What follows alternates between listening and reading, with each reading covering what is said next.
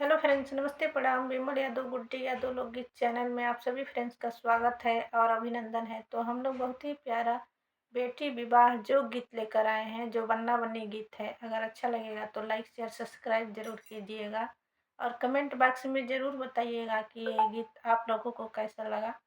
तो चलिए सुनाते हैं।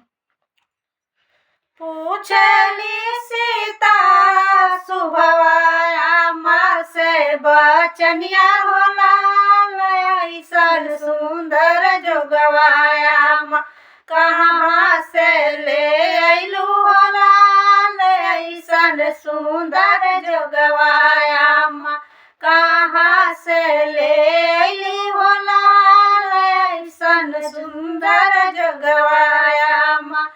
पूछली सीता सुभवाया माँ से बचनिया होला, ऐसन सुंदर जोगवाया माँ कहाँ से ले अइली होला, ऐसन सुंदर जोगवाया माँ कहाँ से ले अइली होला, ऐसन सुंदर जोगवाया माँ। जोगवा कारण बेटी दिली हम गईनी होला, जोगवा कारण बेटी दिली हम गईनी होला। झूमी झूमी काली माई के धोवनी चरनिया होला, झूमी झूमी काली माई के धोवनी चरनिया होला। भैली परसन मैया मन मुसुकैली होला, भैली परसन मैया मन मुसुकैली होला। ऐसन सुंदर जोगवा बेटी काली माई दिहली होला, ऐसन सुंदर जोगवा बेटी काली माई दिहली होला।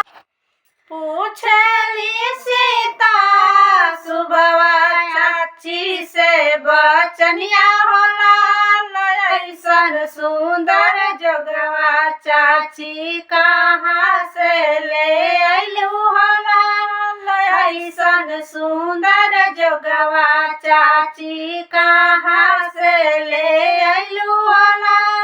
जोगवा कारण बेटी, जोगवा कारण बेटी थावे हम गईनी होला, झूमी झूमी थावे माई के धोवनी चरनिया होला, झूमी झूमी थावे माई के धोवनी चरनिया होला।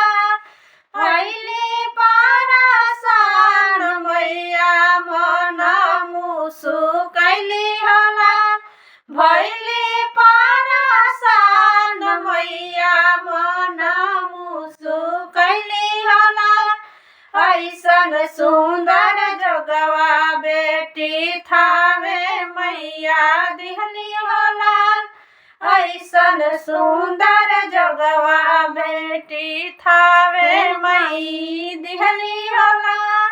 पूछली सीता सुभवा भाभी से बचनिया होला, ऐसन सुंदर जोगवा भाभी कहाँ से ले अइलू होला, ऐसन सुंदर जोगवा भाभी कहाँ से ले अइलू होला। जोगवा कारण बेटी कलकत्ता हम गईनी होला, कलकत्ता वाली माई के हम धोवनी चरनिया होला, कलकत्ता वाली माई के हम धोवनी चरनिया होला।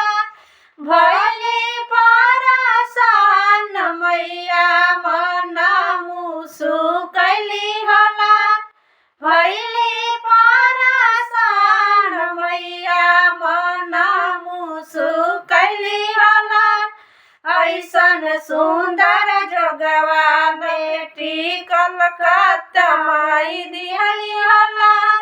ऐसन सुंदर जोगवा बेटी कलकत्ता मैया दिहली होला। ऐसन सुंदर जोगवा बेटी कलकत्ती मैया दिहली होला। पूछली सीता सुबवाया माँ से बचनिया होला। ऐसन सुंदर